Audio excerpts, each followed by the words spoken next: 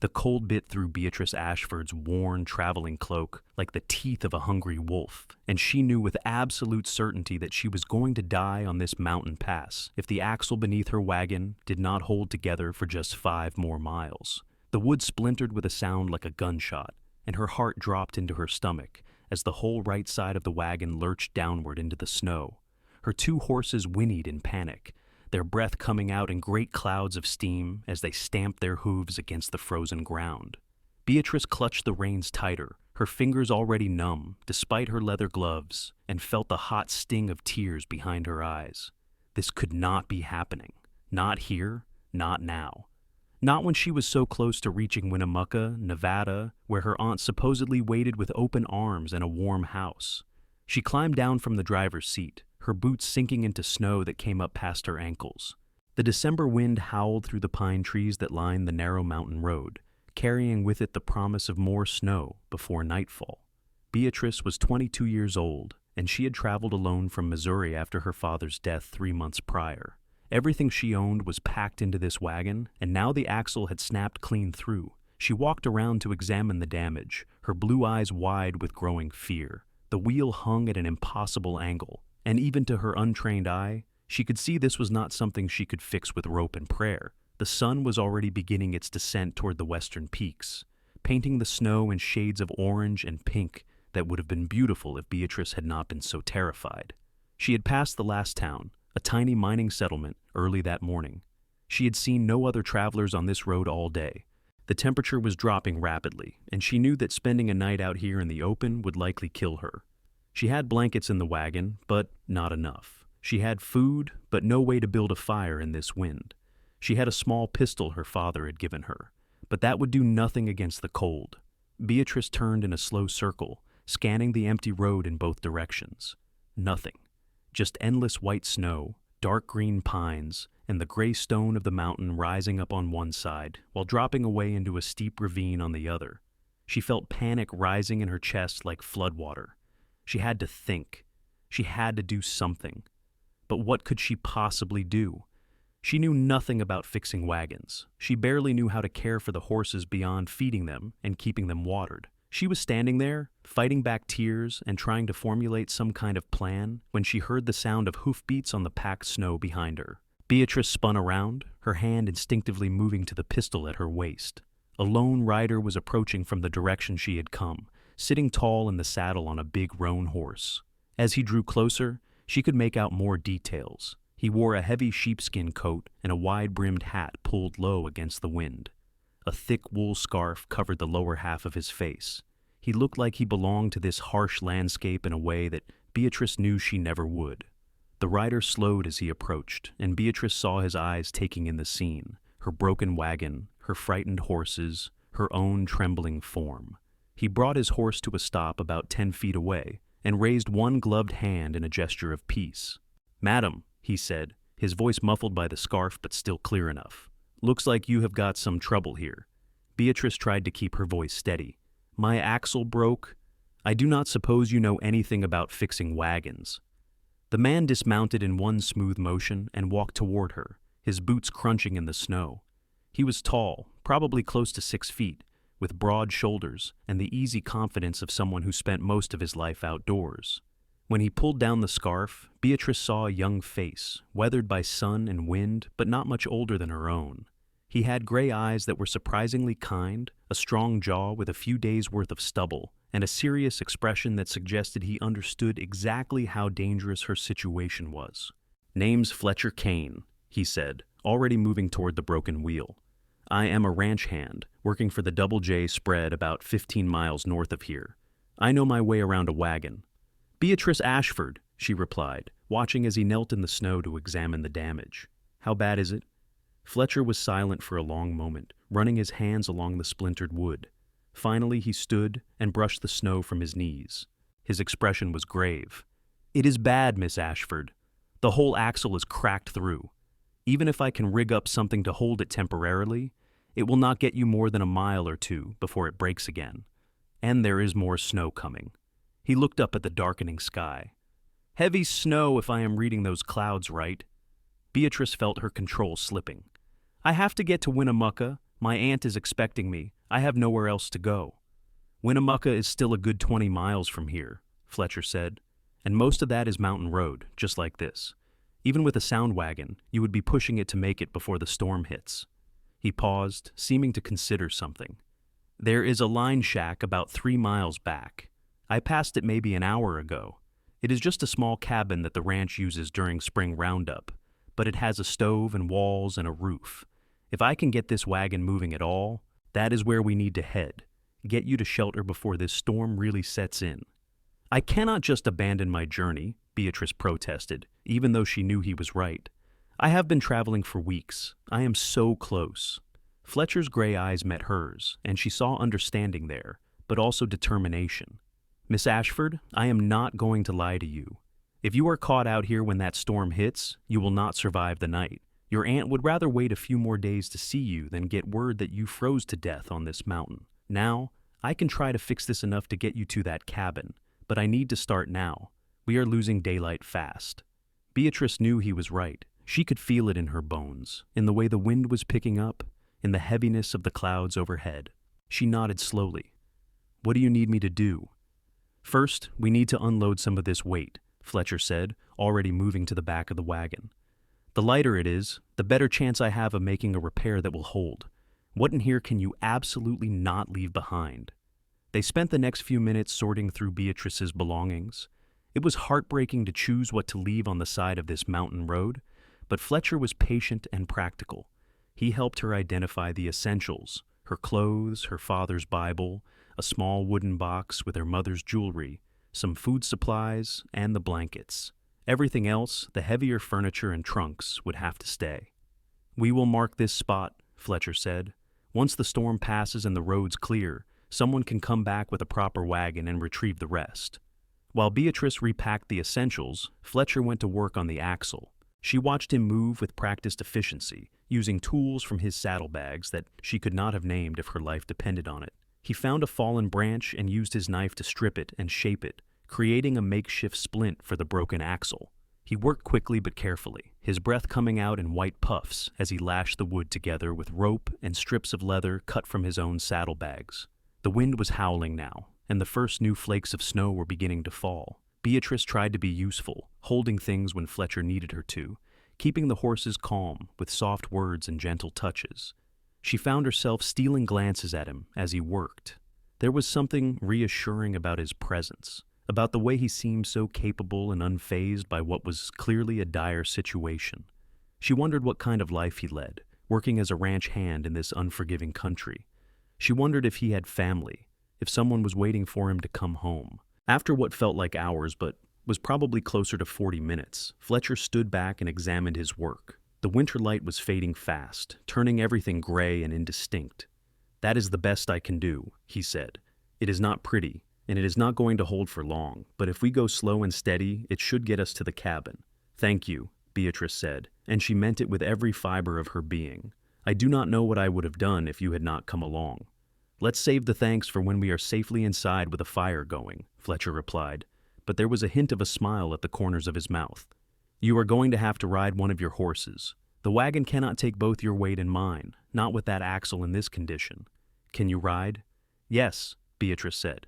"Not well, but I can stay on a horse." Fletcher helped her unhitch one of the horses and fashion a makeshift saddle from some blankets and rope. His hands were sure and gentle as he worked, and Beatrice felt a flush of warmth that had nothing to do with the temperature. There was something about the way he moved, the quiet competence in everything he did, that made her feel safer than she had in months. Once she was mounted, Fletcher took the reins of her wagon and climbed up into the driver's seat. His own horse was tied to the back. "Stay close to me," he called out to her. "If that axle gives out completely, I am going to need to move fast, and I do not want you getting separated in the storm." They started back down the mountain road, retracing the path Beatrice had taken that day.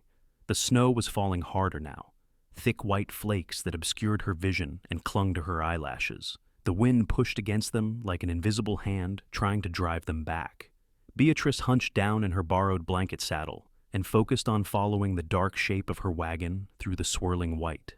The journey was agonizingly slow.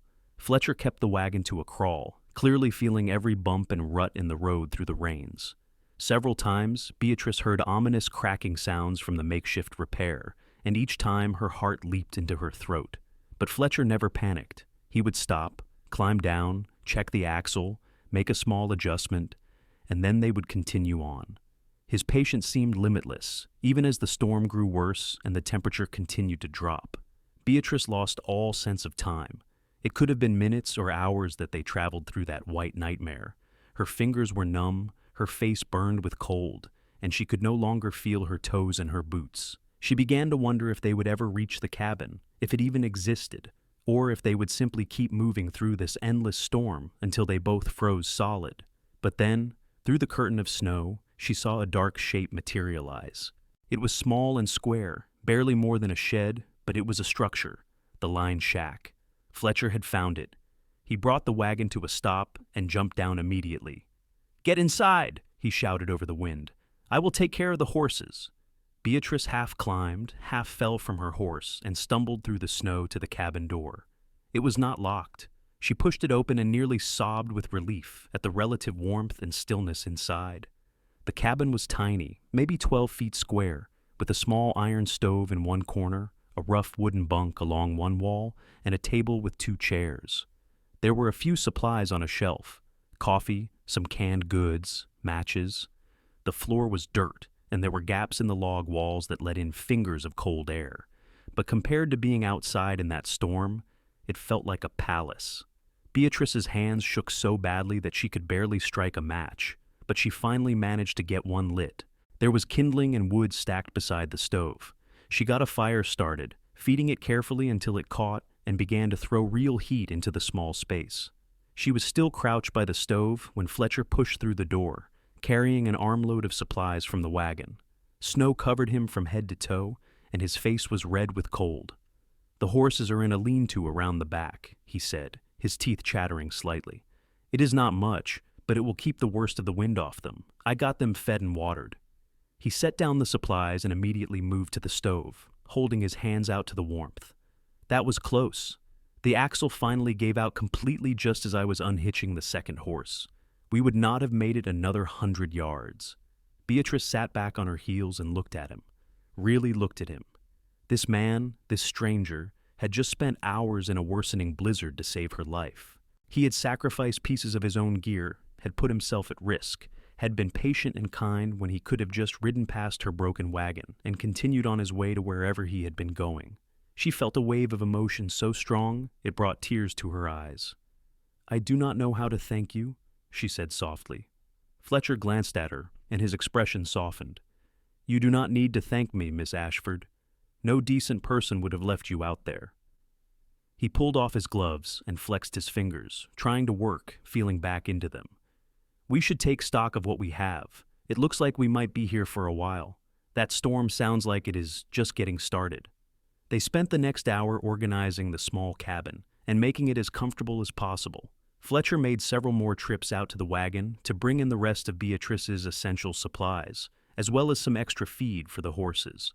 Each time he came back in, he was covered in more snow, and the sound of the wind outside grew louder and more violent. By the time he finally declared that everything was secured and they were set for the night, the blizzard was howling like a living thing, and the temperature inside the cabin, even with the fire going, was barely above freezing. They shared a simple meal of beans and coffee, heated on the stove.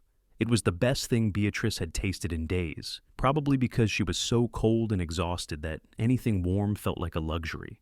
They sat at the small table, and for the first time since meeting him, she had a chance to really talk to Fletcher Kane. "You said you work for a ranch," she said, wrapping her hands around her tin cup of coffee. "Have you lived in Nevada long?" "About 5 years," Fletcher replied. "I came out from Colorado after my father passed. My mother had died when I was young, and there was nothing keeping me there anymore. I heard the Double J was hiring, and I have been there ever since." He took a sip of his coffee. "It is hard work, but honest. The foreman is fair, and the pay is decent. Better than what I would have made back east anyway." "Do you ever miss Colorado?" Beatrice asked. Fletcher considered this. "Sometimes. Mostly I miss the idea of it, you know? The place I grew up. But the actual place, the memories there, a lot of them are not so good. My father drank after my mother died. Things were hard." He looked at her across the table. "What about you? You said you were going to Winnemucca to stay with your aunt?" Beatrice nodded, feeling the familiar ache in her chest when she thought about why she was making this journey. "My father died 3 months ago. Heart trouble. We had a small farm in Missouri, but after he passed, I could not keep it running on my own. I sold what I could and used the money to make this trip. My aunt married a merchant in Winnemucca years ago. She wrote to me after my father died and said I would always have a home with her." She looked down at her coffee. "I have been traveling for almost 6 weeks. I thought I was going to make it. I thought I was so close." "You did make it," Fletcher said firmly. "You are still alive, and that is what matters. The rest is just a matter of time and patience. Once this storm clears, we will figure out how to get you the rest of the way to your aunt." His confidence was comforting, even though Beatrice was not sure how realistic it was. "What were you doing on that road today? You said the ranch is north of here." "I had ridden into Elko to pick up some supplies and medicine for one of the ranch hands who got injured," Fletcher explained. "I was heading back when I saw your wagon. Normally I would have taken a different route, more direct. But the foreman warned me that there might be bandits working that road, so I went the long way around. Guess it was lucky for both of us that I did." "More than lucky," Beatrice said quietly. "It was a miracle. I think God must have sent you." Fletcher looked uncomfortable with that assessment. "I do not know about that. I just did what anyone should do." They talked for a while longer, their conversation flowing more easily as the warmth of the fire and the coffee began to thaw them both physically and emotionally. Beatrice found herself drawn to Fletcher's quiet strength, the way he listened when she talked about her father and her fears about starting over in a new place. He did not offer empty platitudes or try to minimize her losses. He just listened, and somehow that was exactly what she needed. As the night deepened and the storm raged outside, they made sleeping arrangements. There was only one bunk, and Fletcher insisted that Beatrice take it. He made himself a bed on the floor near the stove, using his bedroll and some of the extra blankets. Beatrice protested, but he was adamant. "I have slept in worse places," he said with a slight smile. "Besides, I need to tend the fire through the night, make sure it does not go out. It is easier if I am right here." Beatrice reluctantly agreed and climbed into the bunk, still wearing most of her clothes for warmth. She wrapped herself in every blanket she had and tried to get comfortable on the thin mattress. Despite her exhaustion, sleep was slow to come. She lay there in the darkness, listening to the howl of the wind and the crackle of the fire, acutely aware of Fletcher's presence just a few feet away. She thought about how strange it was that just this morning she had not even known he existed, and now he was the most important person in her world. Without him, she would be dead. That was not an exaggeration or melodrama. It was simple fact. She must have finally dozed off because the next thing she knew, she was waking to the sound of Fletcher moving around the cabin. Pale gray light was filtering through the cracks in the walls. Morning had come, though it was impossible to tell what time it was. The storm was still raging outside, perhaps even worse than the night before. "Good morning," Fletcher said when he saw that she was awake. "I hope I did not wake you. I was just making some coffee." Beatrice sat up, wincing at the stiffness in her muscles. "How long have you been awake?" "A while," he admitted. "I do not sleep much anyway." He poured coffee into 2 cups and brought one over to her. "The storm does not look like it is letting up anytime soon. We are probably going to be here at least another day, maybe more." The thought of being trapped in this tiny cabin for days should have been frightening, but instead, Beatrice felt an odd sense of peace. She was warm, she was safe, and she was not alone. "I suppose there are worse places to be stuck," she said, accepting the coffee gratefully. They settled into a routine over the course of that day. Fletcher tended to the horses and kept the fire going. Beatrice organized their supplies and made meals with what they had. They talked, learning more about each other with each passing hour. Fletcher told her about life on a cattle ranch, about the brutal summers and the long winters, about the independence and the loneliness of it. Beatrice told him about growing up on a farm, about her mother who had died when she was 12, about her father who had never really recovered from the loss. There was a moment in the afternoon when Fletcher was describing a particularly difficult cattle drive, and Beatrice laughed at something he said, a genuine laugh that surprised them both.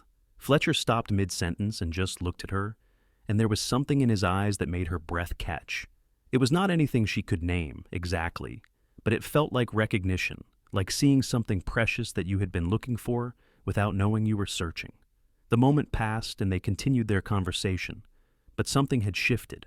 The air between them felt charged, full of possibility and unspoken questions. Beatrice found herself watching Fletcher when he was not looking, noticing the way his hands moved with such certainty, the way his face softened when he talked about the horses, the way his rare smiles transformed his whole expression. She told herself it was just gratitude she was feeling, that anyone would feel drawn to a person who had saved their life. But she knew it was more than that. There was something about Fletcher Kane that called to something in her, a complementary piece she had not known was missing. That night, after they had shared another simple meal and the darkness had closed in around the cabin again, Fletcher asked her about her plans for the future. "Have you given any thought to what you will do once you reach your aunt's house?" he asked. "Will you stay in Winnemucca long term?" Beatrice had been thinking about this question for weeks, but she still did not have a good answer. "I suppose it depends on what opportunities there are. I know how to keep house, how to cook and sew. I can read and write and do figures. I thought maybe I could find work as a teacher, or perhaps in a shop. I do not want to be a burden on my aunt forever." "I cannot imagine you being a burden to anyone," Fletcher said. "You seem pretty capable to me. Not many women would have made it as far as you did on their own." "I did not have much choice," Beatrice said. "When you do not have any other options, you find strength you did not know you had." Fletcher nodded slowly. "I understand that. That is how I felt when I left Colorado. It was not that I was particularly brave. I just knew I could not stay where I was." "Do you think you will stay in Nevada?" Beatrice asked. "Or do you want to move on eventually?" "I have thought about buying my own piece of land someday," Fletcher said. "Nothing big, just enough for some cattle and horses. Maybe build a house, put down real roots. But that is a long way off. I have been saving my wages, but land is not cheap, and neither is livestock." "It sounds like a good dream," Beatrice said softly. She could picture it, Fletcher on his own land, building something lasting, something that belonged to him. And for just a moment, she let herself imagine being part of that dream, before pushing the thought away as foolish. She barely knew this man, this situation, this strange intimacy created by the storm and the isolation. It was not real life. Once they got back to civilization, they would go their separate ways. He would return to his ranch, and she would continue on to her aunt's house. And this would just be a story she would tell someday about the cowboy who saved her life in a blizzard. But even as she thought this, she knew she was lying to herself. What she felt growing between them was real, no matter how impractical or impossible it might be. The storm raged for 3 full days. By the second day, they had fallen into an easy companionship that felt both natural and extraordinary. They talked for hours about everything and nothing. Fletcher taught her how to play poker using dried beans for chips. Beatrice read to him from her father's Bible, passages about hope and deliverance that seemed especially meaningful given their circumstances. They cooked together, worked together to keep the cabin warm and the horses fed, and slowly, inevitably, they grew closer. On the third night, as they sat at the small table after supper, Fletcher reached across and took her hand. It was the first time he had touched her, except to help her on or off her horse or hand her something. His hand was calloused and rough, but his touch was gentle. "Beatrice," he said, and it was the first time he had used her first name without the miss. "I need to tell you something, and I need you to hear me out before you say anything." Her heart was hammering in her chest, but she nodded. "These past few days, being here with you, they have been the best days I have had in longer than I can remember. I know that probably sounds crazy. We are trapped in a tiny cabin in the middle of a blizzard. We are barely managing to stay warm, and we are eating beans for every meal. But none of that matters because I am with you." He paused, seeming to search for the right words. "I have been on my own for a long time. I have gotten used to being alone. I thought that was just how my life was going to be. But now I cannot imagine going back to that. I do not want to imagine it." Beatrice felt tears spring to her eyes. "Fletcher, Let me finish," he said gently. "I know this is fast. I know we have only known each other for a few days, and I know you have plans, a whole life waiting for you in Winnemucca. I am not trying to interfere with that. But I need you to know that what I feel for you, it is real. It is the most real thing I have ever felt. And when this storm is over and I get you safely to your aunt's house, I am going to court you properly, if you will let me. I will ride to Winnemucca every Sunday. I will bring you flowers. I will take you to church and to dinner. I will do whatever it takes to prove to you that this is not just something born of circumstances. This is something worth building on. Beatrice could not hold back her tears any longer. They spilled down her cheeks, but she was smiling. You do not need to prove anything to me.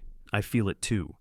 I have been trying to tell myself it is just gratitude, or just the situation. But I know it is more. When I am with you, I feel safe. I feel seen. I feel like myself, in a way I have not in so long. She turned her hand in his so that their fingers laced together. I do not care if it is fast. My father used to say that when something is right, you just know. And this feels right. Fletcher stood and pulled her up with him, wrapping his arms around her. Beatrice leaned into him, feeling the steady beat of his heart against her cheek.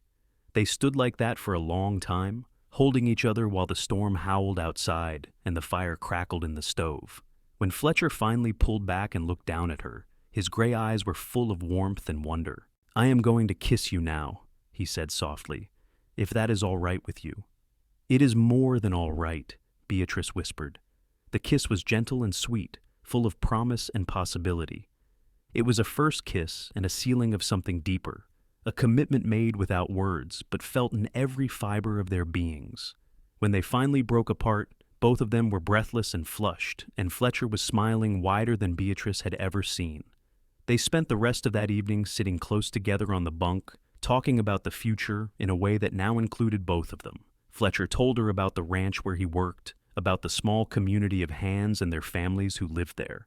Beatrice told him more about her aunt and uncle, about her hopes and fears for starting over.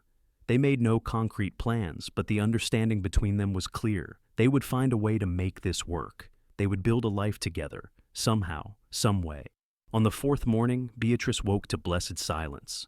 The wind had stopped. She sat up in the bunk and saw Fletcher already awake, standing by the door and looking out through a crack. The storm is over, he said, turning to her with a smile. The sun is coming up. It looks like a whole new world out there. They ventured outside together once they had dressed in all their warmest layers. The world had indeed been transformed. Snow covered everything in a blanket of pure white, at least 3 feet deep in most places. The sky was a brilliant blue, cloudless and bright.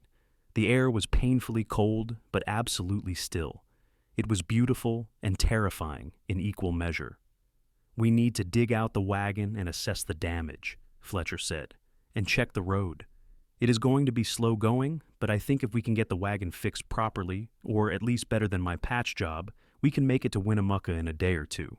They spent most of that day working. Fletcher was able to use some better materials from the line shack and his own considerable skill to create a more substantial repair to the wagon's axle. It still was not perfect, and he warned Beatrice that they would need to get it properly fixed once they reached town, but it would hold for the journey. They loaded everything back into the wagon, checked over the horses, and made plans to leave first thing the following morning. That night, their last night alone in the cabin, had a bittersweet quality. They both knew that everything would be different once they left this little bubble of isolation. There would be other people, responsibilities, the normal complications of life. But they also knew that what they had found here was strong enough to withstand those complications. Fletcher held Beatrice close as they sat by the fire. I want you to know something, he said. No matter what happens, no matter how things work out with your aunt, or my job, or any of it, I am committed to this, to you. I do not take that lightly. I know you do not, Beatrice said, and I am committed too. We will figure it out. We will make it work. I do not have much to offer you, Fletcher said. I make enough to live on, but I am not a rich man. It might be years before I can buy that land I told you about. You deserve someone who can give you more. Beatrice turned to look at him, cupping his face in her hands. You saved my life, Fletcher, and not just in the physical sense. You gave me hope again. You made me believe that there are still good people in this world, that there is still happiness to be found. That is worth more than all the land and money in the world. They kissed again, and this time there was more urgency to it, more need. They had been so careful over the past few days, maintaining a respectful distance despite the intimacy of their situation. But now, knowing they were about to re-enter the world and all its expectations and judgments, They clung to each other with desperate tenderness. Nothing happened that would compromise Beatrice's reputation. Fletcher was too honorable for that. But they held each other through the night, neither wanting to let go. The journey to Winnemucca took 2 full days of careful travel through the snow-covered mountain roads. Fletcher drove the wagon, while Beatrice rode alongside on horseback, just as they had on their journey to the cabin. The makeshift repair held, though Fletcher had to stop several times to check it and make minor adjustments. They saw no other travelers on the first day, but on the second day they passed a mail coach and several other wagons, signs that they were getting closer to civilization. When they finally crested the last rise and saw Winnemucca spread out before them in the valley below, Beatrice felt a complicated mix of relief and regret. Relief that they had made it, that she would finally meet her aunt and have a real roof over her head. Regret that this strange, intense journey with Fletcher was coming to an end. Winnemucca was a modest but growing town, with a main street lined with businesses and several residential streets spreading out from the center. Fletcher drove the wagon to the general store, where Beatrice's aunt's husband worked. He helped her down from her horse, and for a moment they just stood there, looking at each other in the late afternoon sun. "This is not goodbye," Fletcher said firmly. "I will come back, this Sunday, and every Sunday after that if you will have me." "I will have you," Beatrice said softly. "Every Sunday and any other day you can manage." They were standing there, neither wanting to be the first to walk away, when the door to the general store burst open and a woman rushed out. She was in her 40s, with dark hair streaked with gray and the same blue eyes as Beatrice. She stopped short when she saw them. "Beatrice!" she said, her voice full of hope and uncertainty. "Aunt Margaret," Beatrice replied, and then she was being swept up in a fierce embrace. Her aunt was crying and laughing at the same time, pulling back to look at Beatrice's face, then hugging her again. "We have been so worried. When the storm hit and you had not arrived, we feared the worst. Where have you been? Are you all right? Who is this young man?" Beatrice quickly introduced Fletcher and gave a brief explanation of what had happened, the broken axle, the storm, the cabin. Her aunt's eyes grew wide as she listened, and she kept glancing at Fletcher with an expression that was equal parts gratitude and assessment. When Beatrice finished, Margaret turned to Fletcher and took both of his hands in hers. "You saved my niece's life," she said, her voice thick with emotion. "There are no words adequate to thank you for that, but please know that you will always be welcome in our home. Always." Fletcher looked uncomfortable with the praise, as Beatrice had known he would. "I just did what needed doing, madam. I am glad I was in the right place at the right time." Margaret's husband, Robert Anders, came out then, and there were more introductions and exclamations. Before Beatrice quite knew what was happening, Fletcher was being invited to stay for supper, and her aunt and uncle were insisting that they needed to hear the whole story in proper detail. Fletcher accepted, though he explained that he would need to head back to the ranch afterward, as he had already been gone longer than expected. The evening was both wonderful and awkward. Margaret and Robert's home was warm and welcoming, and they were clearly overjoyed to have Beatrice safely with them. The meal was delicious, a proper home-cooked feast that made the beans and coffee of the past few days seem like a distant memory. But Beatrice was constantly aware of Fletcher beside her at the table, of the looks her aunt kept giving them both, assessing and calculating. Margaret was no fool. She could clearly see that something had developed between her niece and this cowboy, and Beatrice could practically hear the wheels turning in her aunt's head. After supper, when Fletcher said he really did need to be going, Beatrice walked him out to where his horse was tied. The sun had set, and the street was quiet and dark, except for the light spilling from a few windows. "They seem like good people," Fletcher said. "Your aunt clearly loves you very much." "She does," Beatrice agreed. "I can tell I am going to be happy here." She paused. "But I am going to miss you terribly until Sunday." Fletcher smiled and took her hand, raising it to his lips. "It is only 4 days, and then I will be here, and we can go for a walk, maybe have a picnic if the weather holds. Start doing this properly, the way you deserve." "I do not care about propriety," Beatrice said. "I just care about being with you." "I know, but I care about your reputation and about your family's good opinion. I want to do this right." He leaned down and kissed her forehead gently. 4 days, Beatrice. I will be counting every hour." Beatrice watched him ride away into the darkness, and she felt the loss of him like a physical ache. 4 days. She could survive 4 days. She had survived a broken wagon, a blizzard, and nearly freezing to death. 4 days without Fletcher Kane should be nothing, but somehow it felt like the hardest challenge yet. The next few days passed in a blur of settling in. Margaret and Robert had prepared a small bedroom for Beatrice, and she spent time unpacking her things and making it her own. Her aunt took her around town, introducing her to neighbors and shopkeepers, helping her get her bearings. Everyone was friendly and welcoming, and several people mentioned that they were looking for help in various capacities. A teacher for the small school, a clerk for the dress shop, someone to help with the church ladies' auxiliary. Beatrice's future in Winnemucca was beginning to take shape, but through it all, she thought about Fletcher. She thought about his gray eyes and his rare smiles, about the way he had worked for hours in the cold to fix her wagon, about the gentleness in his hands when he had held her. She thought about their conversations in the cabin, about the feeling of absolute safety and rightness she had experienced in his presence. She counted the hours until Sunday, just as he had said he would be doing. Her aunt asked about him, of course, on the second night after Beatrice had arrived. They were sitting together in the parlor, doing needlework by lamplight, and Margaret brought it up carefully. "This Fletcher Kane," she said. "He seems like a good man." "He is," Beatrice said simply. "And you have feelings for him." It was not a question, but Beatrice answered anyway. "Yes, I know it is fast, and I know it probably seems reckless, but yes, I care about him very much." Margaret was quiet for a moment, her needle moving in and out of the fabric in her hands. "Your uncle and I were married 3 weeks after we met," she said finally. "Everyone said we were crazy, that we barely knew each other, but we knew enough. We knew what mattered, and we have been happy for 23 years. She looked up at Beatrice. "What I am saying is, I do not think you are reckless. I think you are fortunate. That young man looks at you like you hung the moon and stars, and you look at him the same way. That is a rare thing, Beatrice. Do not let it go just because people might think it is too fast or too soon." Beatrice felt tears prick her eyes. "Thank you, Aunt Margaret. That means more than you know." "I just want you to be happy," Margaret said. "You have had too much sadness in your young life. You deserve joy." When Sunday finally came, Beatrice was up before dawn.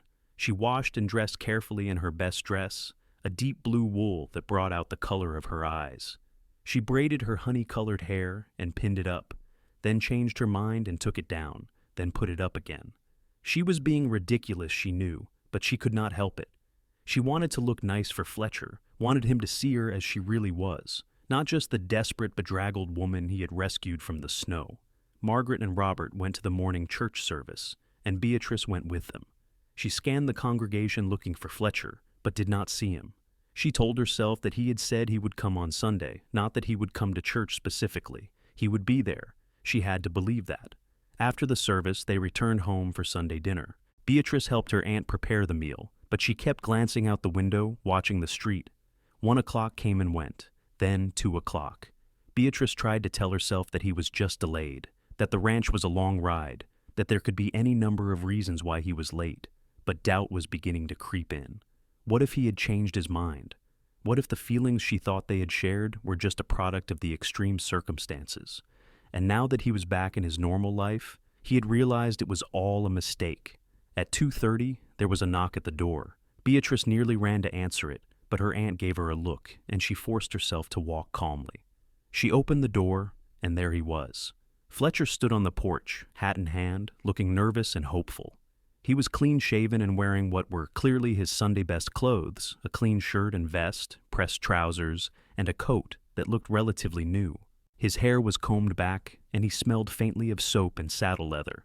"Miss Ashford," he said formally, then amended, "Beatrice, I apologize for being so late. There was a problem with one of the cattle that I had to help sort out before I could leave. I hope I did not worry you." "You are here now," Beatrice said, smiling so wide her cheeks hurt. "That is all that matters."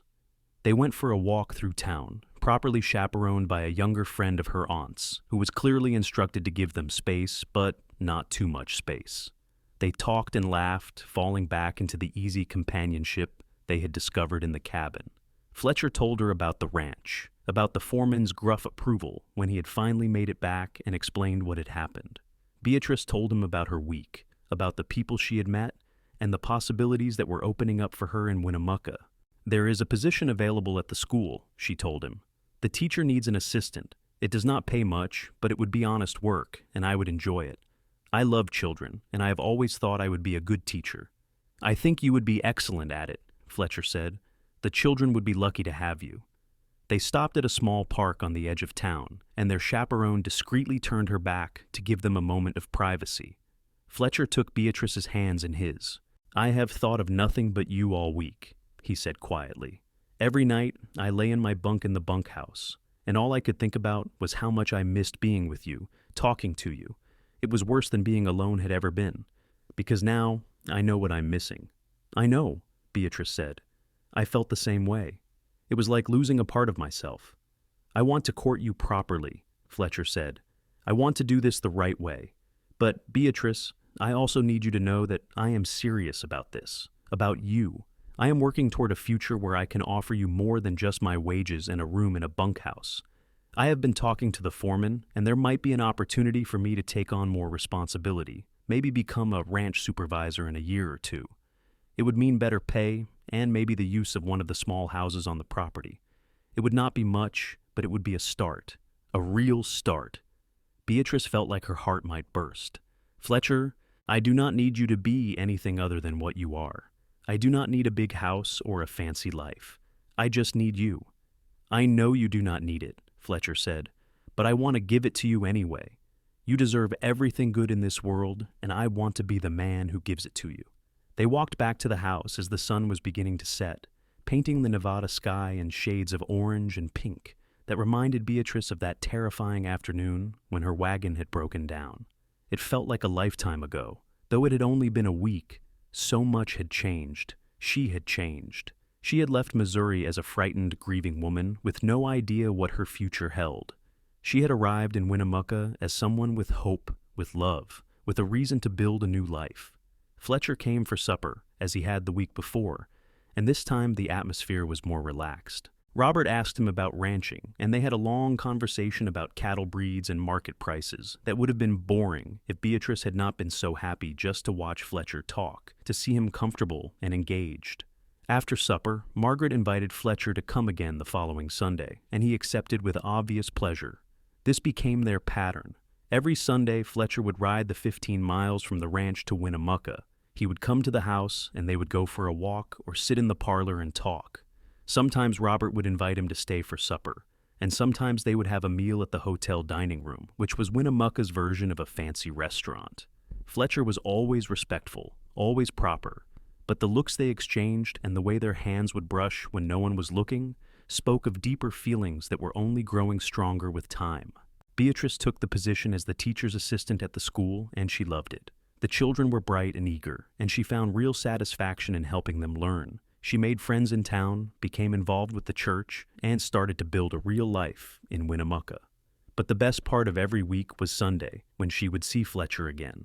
As winter turned to spring and spring turned to summer, their courtship deepened. Fletcher took her on picnics in the countryside, showed her the wild beauty of Nevada that she was learning to love. They talked about everything, their hopes, their fears, their dreams for the future, and slowly, carefully, Fletcher was working toward making those dreams a reality. He did get promoted to ranch supervisor, just as he had hoped, and with it came a small house on the ranch property and a significant increase in wages. He started saving more aggressively, planning for the day when he could buy his own land. On a warm evening in late July, almost 8 months after they had first met, Fletcher asked Beatrice to marry him. They were sitting by a stream on the ranch property, watching the sun set. He got down on one knee and pulled out a simple gold band that he had bought with money he had been saving for months. "Beatrice Ashford," he said, his gray eyes bright with emotion, "you are the best thing that has ever happened to me. You are my home, my heart, my everything. I know I cannot offer you luxury or an easy life, but I can offer you all of me, everything I am and everything I will be. I will work every day to make you happy, to build a life we can both be proud of. Will you marry me? Will you be my wife?" Beatrice was crying openly, tears of pure joy streaming down her face. "Yes," she said. "Yes, Fletcher, I will marry you. I want nothing more than to be your wife, to build a life with you." He slipped the ring on her finger and kissed her, and Beatrice felt like her heart might actually explode with happiness. This man, this good, honest, hard-working man, wanted to spend his life with her. It was more than she had ever dared to hope for. They were married in September, in a simple ceremony at the church in Winnemucca. Margaret and Robert were there, of course, along with Fletcher's foreman and several of the ranch hands who had become his friends. Beatrice wore a cream-colored dress that her aunt had helped her make, and Fletcher wore a new suit that he had saved for months to buy. It was not a fancy wedding, but it was perfect. When the preacher pronounced them man and wife and Fletcher kissed her, Beatrice felt like the luckiest woman in the world. They moved into the small house on the ranch property, and Beatrice left her position at the school. It was a bit of an adjustment, living so far from town, but she did not mind. She loved making a home for Fletcher, loved having him come through the door every evening, and knowing he was hers. The house was small, just 3 rooms, but she filled it with warmth and love. She planted a garden, learned to cook on the wood stove, and made curtains for the windows. Fletcher built her shelves for her books and a table, where they could eat their meals together. Life on the ranch was hard work, but it was good work. Fletcher was respected by the men under him and valued by the ranch owner. Beatrice befriended some of the other wives and families who lived on the property, forming a small community of women who supported each other through the challenges of ranch life. On Sundays, Fletcher would hitch up their wagon and they would drive into Winnemucca for church and to visit with Margaret and Robert. Life fell into a rhythm that was comfortable and satisfying. In the spring of 1884, almost 2 years after they had met, Beatrice discovered she was pregnant. She told Fletcher over supper one evening, and he actually shouted with joy, picking her up and spinning her around the kitchen until she laughed and begged him to put her down.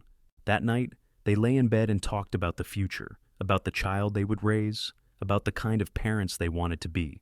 "Boy or girl, it does not matter to me," Fletcher said, his hand resting gently on Beatrice's still flat stomach. "As long as they are healthy and they know they are loved." "They will know," Beatrice said. "With you as a father, they could not help but know." Their son was born in early December, right around the time when they celebrated the 2nd anniversary of the blizzard that had brought them together. They named him Thomas Fletcher Kane, and he was perfect. He had Fletcher's gray eyes and Beatrice's honey-colored hair, and from the moment he was born, he had both of them completely wrapped around his tiny finger. Watching Fletcher with their son was one of the greatest joys of Beatrice's life. He was so gentle, so patient, so clearly besotted with the tiny human they had created together. He would sit for hours just holding Thomas, talking to him in a soft voice, making faces to elicit those first baby smiles. When Thomas cried in the night, Fletcher would get up with Beatrice, changing diapers and walking the floor, never complaining about the lost sleep.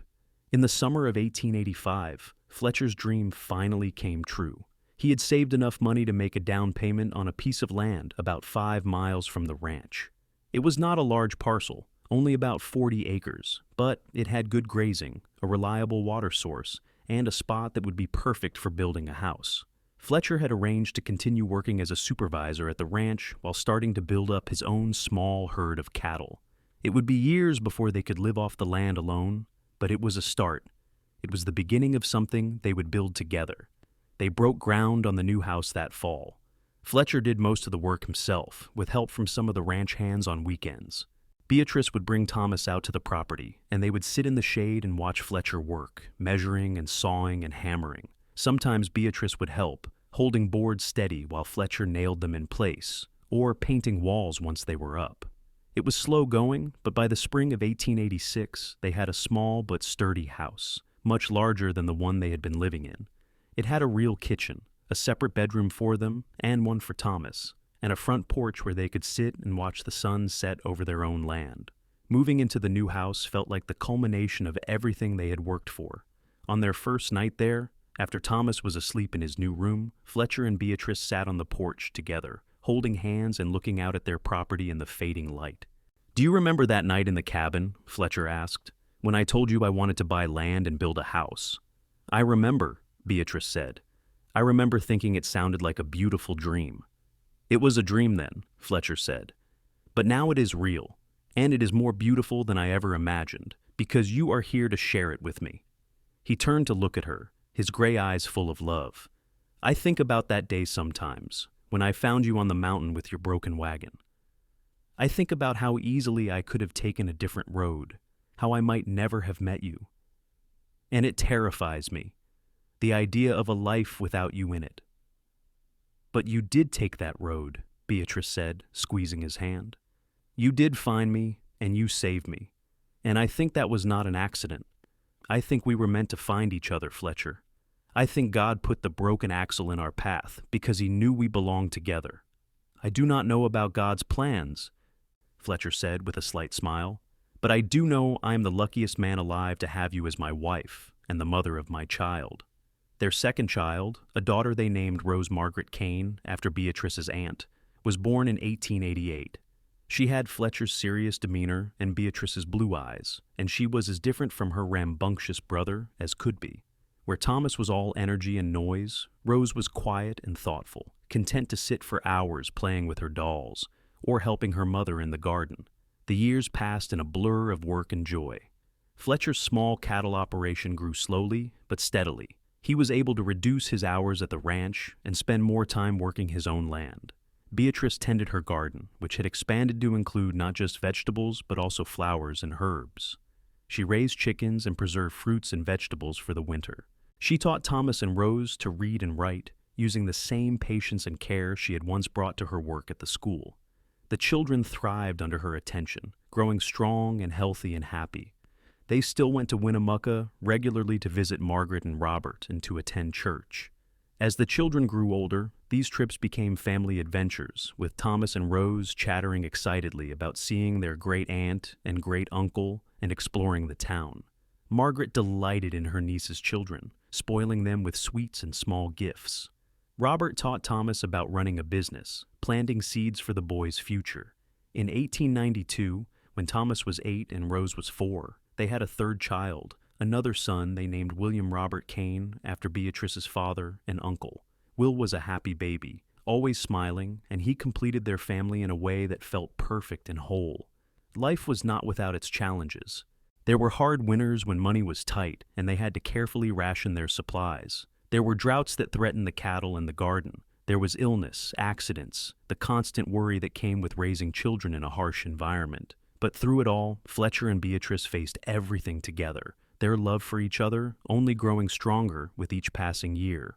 On a cold December evening in 1894, 12 years after they had met, Beatrice and Fletcher sat on their porch wrapped in blankets, watching the first snow of the season begin to fall. The children were inside, warm and safe, playing some game that involved a lot of laughter and running feet. Fletcher had his arm around Beatrice, and she leaned into his warmth, thinking about how far they had come. "Do you ever think about that cabin?" she asked. "The line shack where we stayed during the blizzard?" "All the time," Fletcher admitted. "I think about how scared you were, how scared I was that I would not be able to keep you safe. I think about those days we spent there, getting to know each other. In some ways, that was the most important week of my life. Everything good that has happened since started there. It was not just the cabin," Beatrice said. "It was you, the way you worked for hours in the cold to fix my wagon, the way you took care of me and made me feel safe, the way you saw me, really saw me, when I felt invisible to the rest of the world. You saved my life that day, Fletcher, and you have been saving it every day since." Fletcher kissed the top of her head. "You saved mine too. I did not even realize I was lost until I found you. But I was. I was just going through the motions, working and eating and sleeping, but not really living. You taught me how to live again. You gave me a reason to build something, to dream, to hope." They sat in comfortable silence for a while, watching the snow fall and listening to their children play inside their warm house. This was what happiness looked like, Beatrice thought. Not grand gestures or dramatic moments, though they had had their share of those too, but this quiet contentment, this bone-deep satisfaction with the life they had built together. This was what she had been searching for without knowing it when she had set out from Missouri all those years ago. "I love you," she said softly. "I love the life we have made. I love our children and our home and every single day I get to spend with you." "I love you too," Fletcher said, "more than I have words to express. You are my everything, Beatrice. You always will be." Inside, Thomas called out that it was time for supper, and Rose added that she and Will had helped set the table. Fletcher and Beatrice stood, reluctant to leave the peaceful moment, but drawn by the happy chaos of their family. As they walked inside together, Beatrice took one last look at the falling snow and smiled. She thought about the scared, grieving woman she had been that day her wagon broke down on the mountain pass. She thought about the uncertain future that had stretched before her, full of fear and doubt. She could never have imagined then that a broken axle in a blizzard would lead to this: a loving husband, 3 beautiful children, a home and land they could call their own. She could never have imagined the depth of love she would feel for Fletcher Kane, or the richness and fullness of the life they would create together. But God, or fate, or simple chance, had put her on that mountain road on that cold December day. And Fletcher had been there, ready to help, ready to save her in more ways than she could have possibly understood at the time. It had been the luckiest accident of her life. As the years continued to roll by, the Kane family flourished. Thomas grew into a fine young man, hard-working and honest like his father. He learned the cattle business from the ground up, spending his teenage years working alongside Fletcher, absorbing everything his father could teach him about ranching, about integrity, about what it meant to be a good man. By the time he was 20, he was managing much of the day-to-day operations of their expanded ranch, which now covered over 200 acres. Rose, true to her quiet nature, discovered a talent for healing. She learned about medicinal herbs from her mother and practiced caring for injured animals. When she was 16, the local doctor, impressed by her knowledge and gentle manner, took her on as an assistant. She became known throughout the area for her skill in treating everything from broken bones to childhood fevers. People would ride for miles to seek her care, and she never turned anyone away, regardless of their ability to pay. Will, the baby of the family, had his father's adventurous spirit and his mother's way with words. He was the storyteller, the dreamer, always reading books and imagining far-off places. But despite his wanderlust, he was devoted to his family and the ranch, and he found ways to balance his love of stories with the practical demands of ranch life. In 1902, 20 years after Fletcher and Beatrice had met, they celebrated their anniversary with a big party. Margaret and Robert came, both now in their 60s but still healthy and active. Many of the ranch hands Fletcher had worked with over the years attended, along with neighbors and friends from Winnemucca. The house that had once seemed so large was filled to bursting with people who loved and respected the Kane family. During the party, Robert stood up to make a toast. His voice was not as strong as it once had been, but it carried clearly through the crowded room. "I want to tell you all a story," he said. 20 years ago, my wife's niece arrived in Winnemucca, half frozen, her wagon broken, after surviving a blizzard that should have killed her. She was saved by a young cowboy who spent hours fixing her wagon and getting her to safety, asking nothing in return. That young cowboy was Fletcher Kane, and the niece was Beatrice. When I saw them together for the first time, I knew they were special. I knew they had something rare and precious. And these past 20 years have proven me right.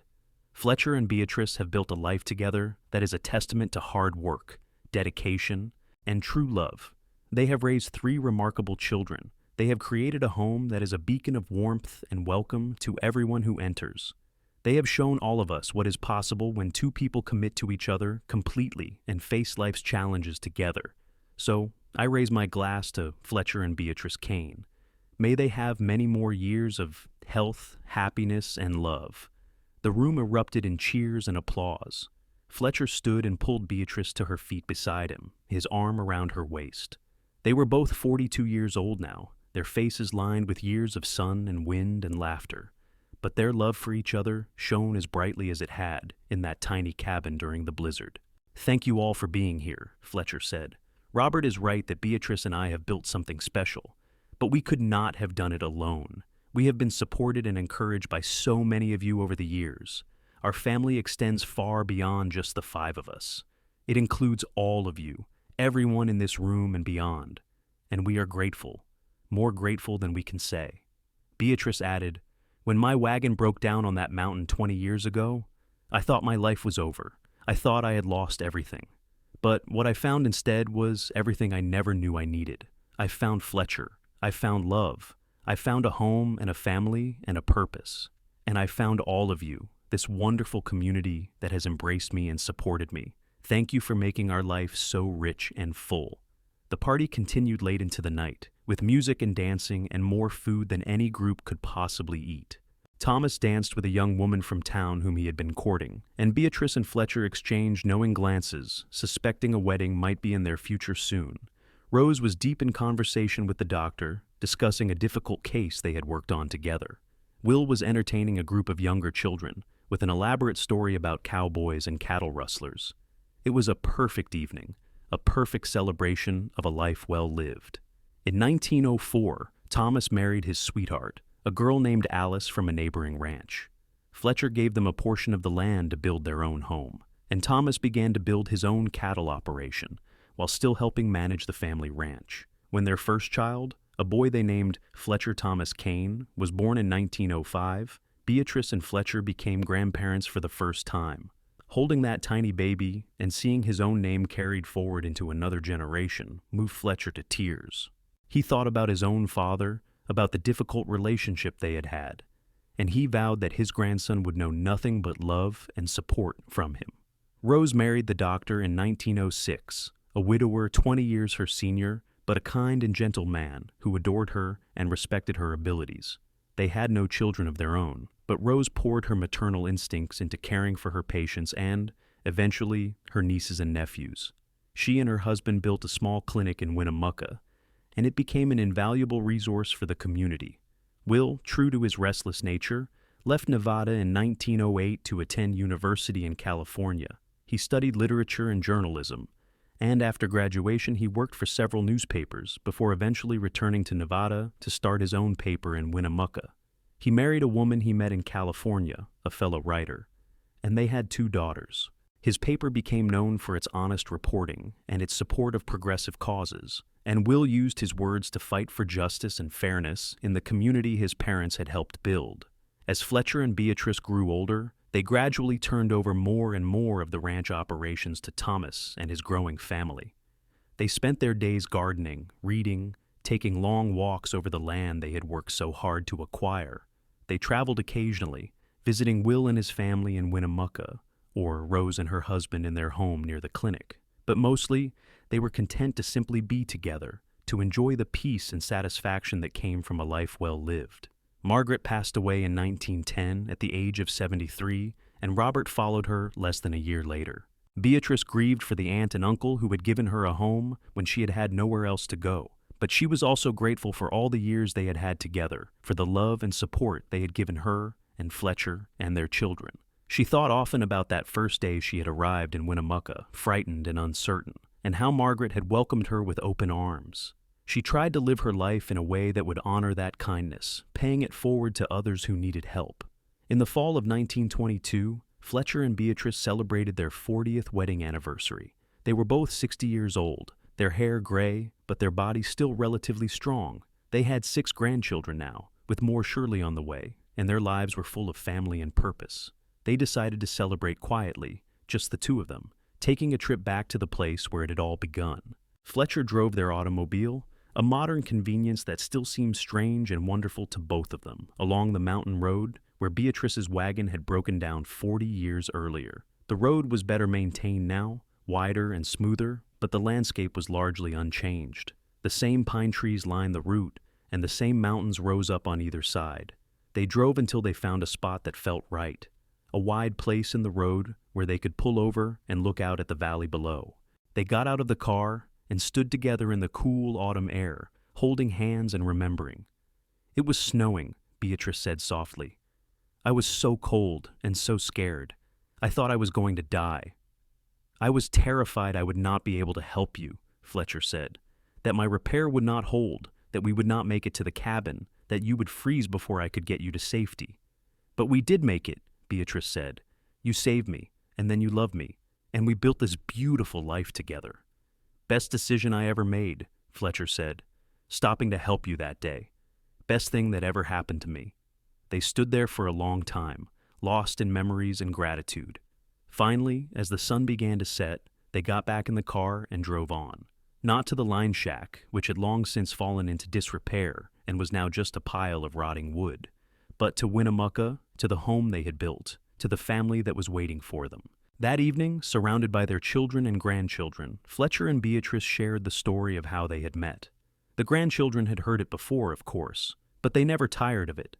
They loved the drama of the broken wagon and the blizzard, the romance of 2 strangers falling in love in a tiny cabin, the happy ending that had led to their own existence. "Tell us about the kiss," one of the granddaughters demanded. "Tell us about the first time Grandpa kissed Grandma." Fletcher and Beatrice exchanged smiles, and Beatrice said, "It was the third night in the cabin. The storm was still raging outside, but inside, we were warm and safe. Your grandfather told me he was going to court me properly, and then he said he was going to kiss me, and he did, and it was perfect." "Were you scared?" another grandchild asked. "Not of the kiss," Beatrice said. "Not of your grandfather? I was scared of how much I felt for him, how fast it was all happening. But I was not scared of him. He made me feel safer than I had felt in a very long time." "What about you, Grandpa?" Thomas's oldest son asked. "Were you scared?" Fletcher considered this. "Yes," he said honestly. "I was scared of letting her down. I was scared that I would not be able to give her the life she deserved. I was scared that she would realize she could do better than a cowboy with nothing but his wages and his dreams. But your grandmother never made me feel that way. From the very beginning, she saw me for who I was, and she decided I was enough. That was the greatest gift anyone has ever given me." Beatrice squeezed his hand. "You were always enough. You were everything." As the evening wound down and the family began to disperse, heading to their various homes, Fletcher and Beatrice stood on their porch one last time, looking out at the land they had built together. The stars were bright overhead, and the air was crisp with the promise of winter. 40 years, Fletcher said. "It has gone by so fast." "And yet, it feels like a lifetime," Beatrice said. "A full, rich, wonderful lifetime." "If you could go back," Fletcher asked, "back to that day on the mountain, knowing everything that was going to happen, would you change anything?" Beatrice thought about this for a long moment. "No," she said finally. "Not a single thing. Every hardship, every challenge, every moment of fear or doubt, they all led us here. They all made us who we are. And I love who we are. I love our life. I would not change any of it." "Neither would I," Fletcher said. "Not one moment." They went inside together, closing the door on the cold night air, and prepared for bed. As they lay together in the darkness, comfortable in the way that only people who have shared decades of life can be, Fletcher said quietly, "Thank you, Beatrice, for saying yes to me all those years ago, for choosing this life with me, for being my partner and my love and my home." "Thank you for fixing my wagon," Beatrice said, with a smile in her voice. "Thank you for spending hours in the cold to save a stranger. Thank you for being exactly the man I needed, exactly when I needed you most." They fell asleep holding hands, as they had every night for 40 years, two people who had found each other against all odds and built a love that had stood the test of time. Fletcher Kane passed away peacefully in his sleep in the spring of 1926 at the age of 64. He had been working in the barn earlier that day, helping Thomas repair a fence, and he had seemed fine. That evening, he and Beatrice had sat on their porch and watched the sunset, talking about the grandchildren and their plans for the summer. They had gone to bed as usual, and Beatrice had fallen asleep with her hand in his. When she woke in the morning, he was gone, slipped away quietly in the night. The grief was overwhelming, a physical pain that took Beatrice's breath away. Fletcher had been her partner, her love, her whole world for 44 years. She did not know how to exist without him, but she was surrounded by the family they had created together, by children and grandchildren who loved her and supported her. They rallied around her, making sure she was never alone, reminding her daily of the legacy she and Fletcher had built. Beatrice lived for another 12 years after Fletcher's death. She spent those years being a grandmother and great-grandmother, helping in the community, tending her garden, and writing down the stories of her life so that future generations would know where they had come from. She never remarried, never even considered it. Fletcher had been the love of her life, and that was enough for one lifetime. She passed away in 1938 at the age of 76, surrounded by her children and grandchildren. Her last words were about Fletcher, about how she would see him again soon, about how she had missed him every single day, but had tried to live in a way that would make him proud. She died with a smile on her face, at peace and ready to be reunited with the man who had saved her life, and then filled it with such joy. They buried Beatrice next to Fletcher on a hill overlooking the land they had built together. At the funeral, their children and grandchildren and great-grandchildren gathered to remember and celebrate 2 lives well lived. Will, now in his 50s and a respected journalist and author, delivered the eulogy. He spoke about love and commitment, about hard work and integrity, about two people who had met by chance but created a family by choice. He told the story one more time of the broken wagon and the blizzard, of the cowboy who had stopped to help, and the woman who had had the courage to trust him. He talked about the life they had built, the children they had raised, the land they had cultivated, the love they had shared. "My parents taught me many things," Will said, his voice thick with emotion.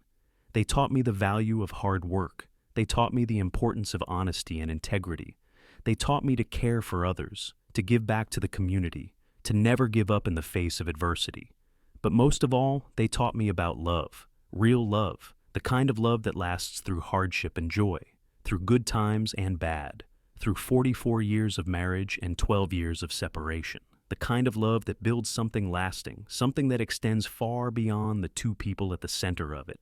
Look around at all of us gathered here today. We are their legacy. We are the proof of their love. And we will carry that forward, teaching our children and our grandchildren about the cowboy who fixed a wagon in a snowstorm and the woman who had the courage to love him. That is a story worth telling, a story worth preserving. That is a love worth celebrating." The years continued to pass, and the Kane family continued to grow and thrive. The ranch that Fletcher and Beatrice had started with 40 acres grew to over 1,000 under Thomas's management, and eventually his children's management. The clinic that Rose had helped establish expanded into a full hospital, serving the entire region. Will's newspaper became a voice for progress and justice in Nevada, and his children carried on his work. The grandchildren and great-grandchildren scattered across the country, but they always came back to Nevada, to the land their great-grandparents had built, to remember where they had come from. The story of how Fletcher and Beatrice had met became family legend, told and retold at gatherings and holidays, embellished slightly with each telling, but always remaining true to the essential facts. A cowboy had stopped to help a woman whose wagon had broken down in mountain snow. He had spent hours fixing it so she could get to safety. And in the process, they had fallen in love and built a life together that had touched countless other lives. It was a simple story in many ways, but it was also profound. It was a reminder that one act of kindness, one moment of choosing to help a stranger, could change the course of history. It was a reminder that love could be found in the most unexpected places, in a tiny cabin during a blizzard, between two people who had no reason to meet except that fate or chance or God had put them in each other's path. It was a reminder that the best things in life are often the result of broken axles and unexpected detours, of trusting strangers and taking risks, of being open to possibility even when you are frightened and uncertain. And so, the story lived on, generation after generation, a testament to the enduring power of love and the countless ways that one life can touch another. Fletcher and Beatrice Kane were gone, but they were not forgotten. They lived on in their children and grandchildren and great-great-grandchildren. They lived on in the land they had cultivated and the businesses they had built and the community they had helped create. They lived on in the memory of a snowy mountain pass, a broken wagon, a tiny cabin, and a love that had lasted far beyond one lifetime. The house that Fletcher had built for Beatrice still stands on that land in Nevada, carefully maintained by the family as a reminder of where they came from. Inside, on the mantel in the living room, sits a small wooden box. Inside that box is a simple gold wedding band, worn thin by 44 years of wear, and a faded photograph of a young cowboy and a young woman standing together on a porch, squinting into the sun, smiling at each other like they knew a wonderful secret. And perhaps they did. Perhaps they knew what so many people spend their whole lives searching for and never find, that true love is real, that it is worth fighting for, that it can be built and nurtured and sustained, that it can survive anything life throws at it and come out stronger on the other side. Perhaps they knew that all you need is one person who sees you, really sees you, and chooses you, chooses to fix your broken wagon and spend hours in the cold to get you to safety, chooses to build a life with you, one day at a time, one challenge at a time, until suddenly decades have passed and you have created something beautiful and lasting and true. That is what Fletcher and Beatrice knew, and that is what they passed on to everyone whose life they touched. That is their legacy, their gift to the world, and it is a gift that will never be forgotten.